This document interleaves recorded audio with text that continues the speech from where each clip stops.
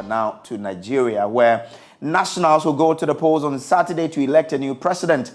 The BBC is reporting that young Nigerians have turned Saturday's presidential election into the most competitive since the end of military rule in 1999, with many backing the third-party candidate to take on the country's two main political machines and bring change to the country after years of stagnation, corruption, and insecurity in Africa's most populous nation.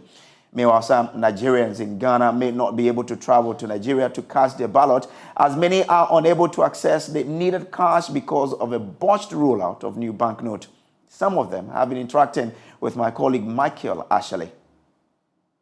Nobody's against voting or not voting. Okay. Every average citizen is very much happy to vote.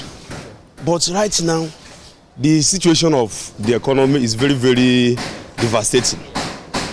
In the sense that at the time of the election, they brought up an issue or idea of redesigning our currency notes. Many people will not travel because there is no naira and there is no fuel. Casey, Buhari has been in power nearly 8 years. What do you make of his administration? It's funny because, as at 2015 when he was coming, he came with the change mantra, coming to fight corruption and, coming to lift our economy. But the crazy thing is that things have gone so bad. They've gone from bad to worse, and I'm sure every Nigerian is tired at this point. He's tired. Changing government, or you want APC to still be in power? Boss, for me, APC government is a disaster. I say it and I'll continue to say it. These people came with bogus promises. They promised Nigerians heaven and earth. And along the line, the case was the reverse. So instantly, if even God can do it today, we want change in government. What are the key things the next president must have or candidate must have for which you'll be voting for him or her? Number one, APC, we have tested APC. It's like we have APC, they are like wives for years. And they come up with disguising behaviors. So in terms of APC, let me use the candidates as an example. It won't work like that. And to me, I believe consistency is one of the key things we should look forward to in a president. So that's why my own candidate is actually Omoyele Sowore from African Action Congress, AAC. He's been consistent. He's been speaking truth to power, irrespective of who is in, who is in the picture. He says P2B is not a candidate to be considered in this election. Okay. Well, for me particularly, I repeat myself, Obi is my candidate. Now, joining us from Nigeria is Kingsley Bassey, a broadcast journalist, and Bolahan Olajide, who is a political analyst. Now, gentlemen, thanks for your time. Let me start with you, Kingsley. Now, a senatorial candidate from one opposition party has been killed in a series of coordinated attacks in southeastern Enugu State ahead of this election. Tell us more about this particular development. Well, very sad. By the way, thank you so much for the opportunity to discuss the elections, critical elections, you must say, and we're counting down. Just 2 days to the elections. And yeah, to the sad and unfortunate death of the senatorial candidate of the Labour Party in Enugu State.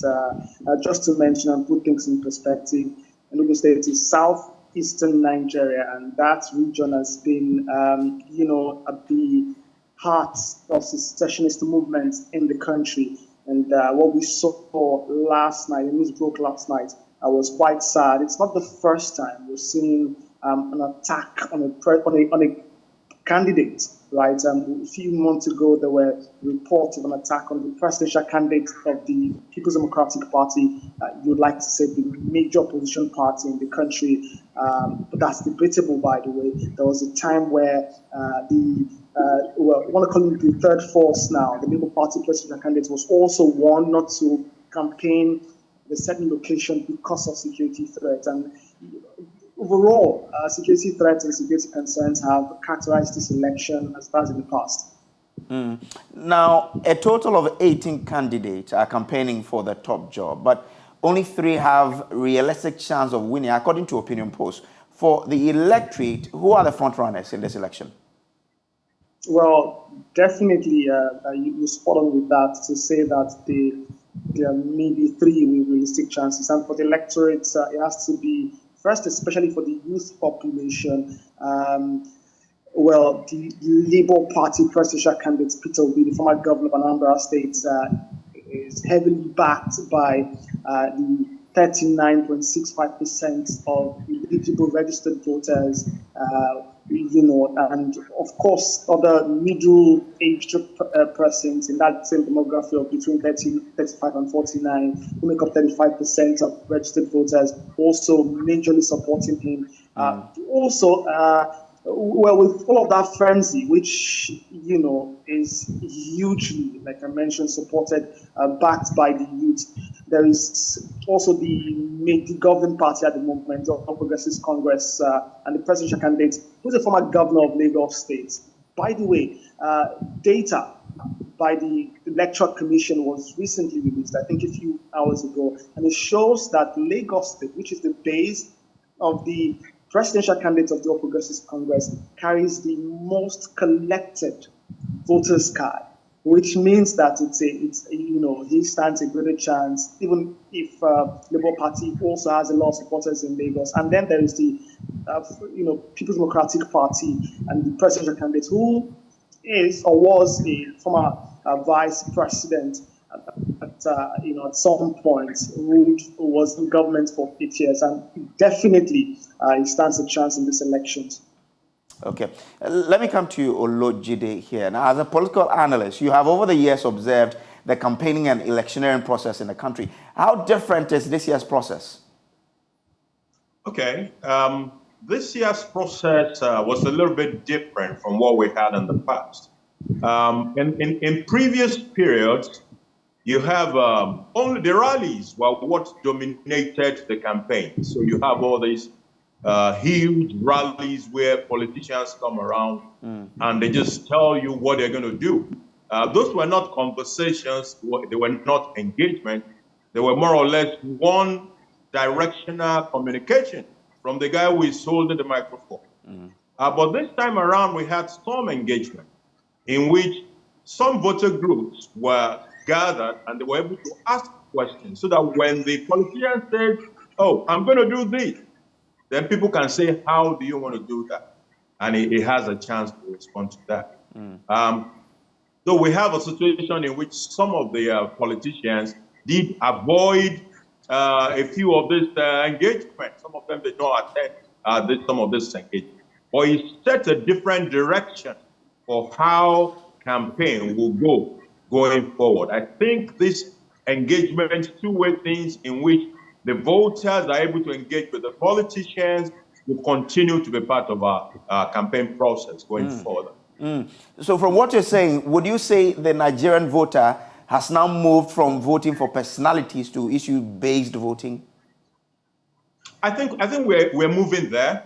We're not quite there yet, but we are certainly not where we used to be. Okay. So we've gotten to that stage where all sort of voter groups, businessmen, politicians, students, everybody now has an opportunity to engage with these politicians in this engagement platform. Okay. Manufacturers, all sort of groups of voters are able to talk to their candidate. And I think that is impressive. Now, Kingsley, we understand there is curfew in some parts of the country. Tell us about that development.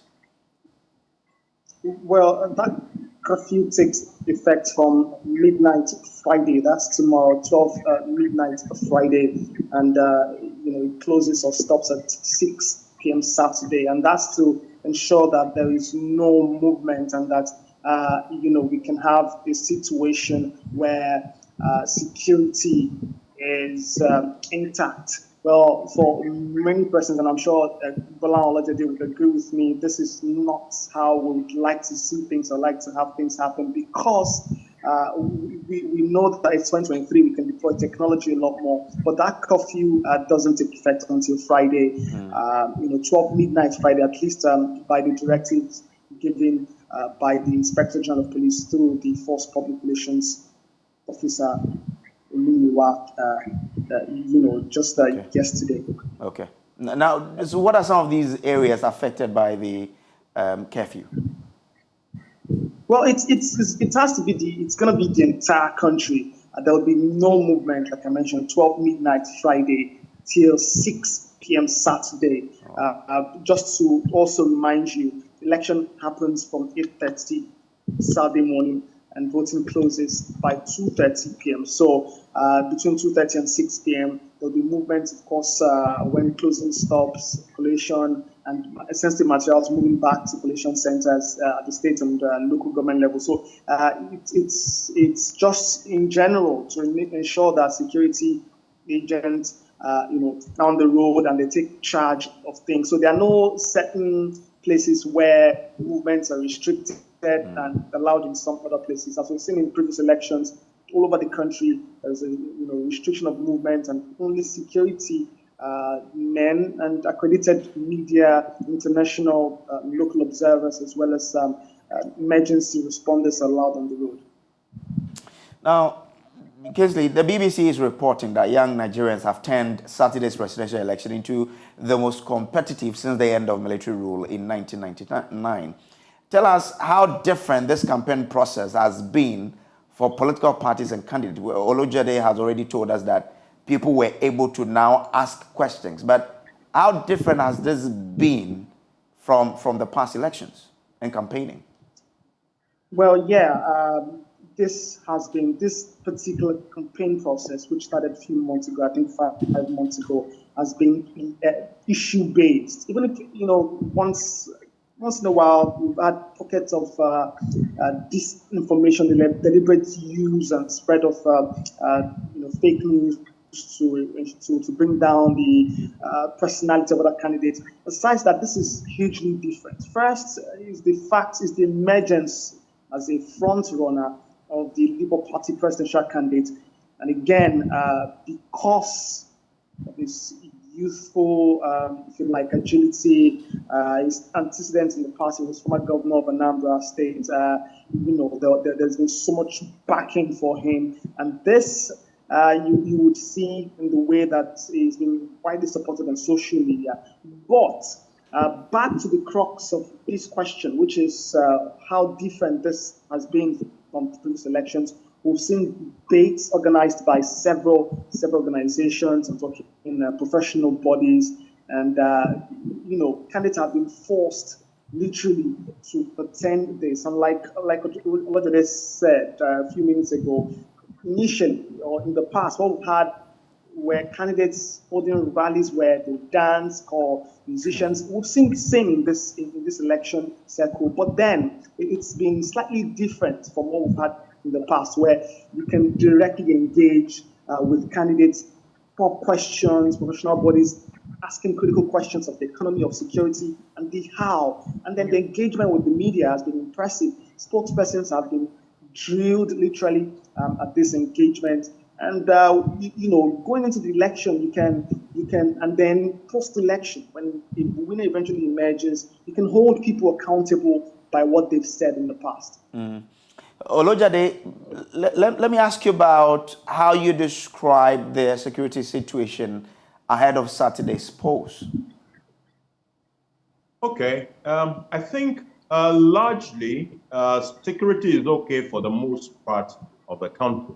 However, there are some areas where there are security challenges, but we have continued to have, assurances from the security agent that, look, we're on top of it. So if you look at a place like Lagos, where you're likely to have, where we have the largest registered voters, as well as number of registered voters that have picked up their PVC, that is Lagos State.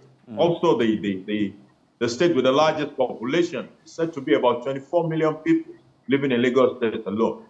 Apart from the regular internal security, which is largely dominated by the police, you now have other paramilitary and quasi-security agencies supporting that. You have the civil police along with the regular police. And you also have military presence in Lagos. The number of military trucks that are in strategic places in Lagos today is huge. Of course, the comfort we have been told is that they are not supposed to do anything. They are there for a show to let anybody who might have some funny ideas about Trump to know that, look, we are here.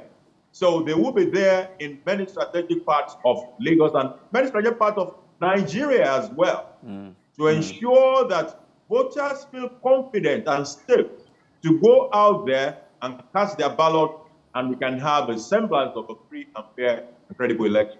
Okay. Now, will any of the front runners, most of whom have been in the political system for decades, be able to turn the country around? Well, that's a big question. There have been issues about if you want to really make a change, will an establishment person, someone who has been part of the system for so long, will they be the right person to change the system? And the answer to this question is that the frontline candidates are not exactly new people to Nigeria's politics.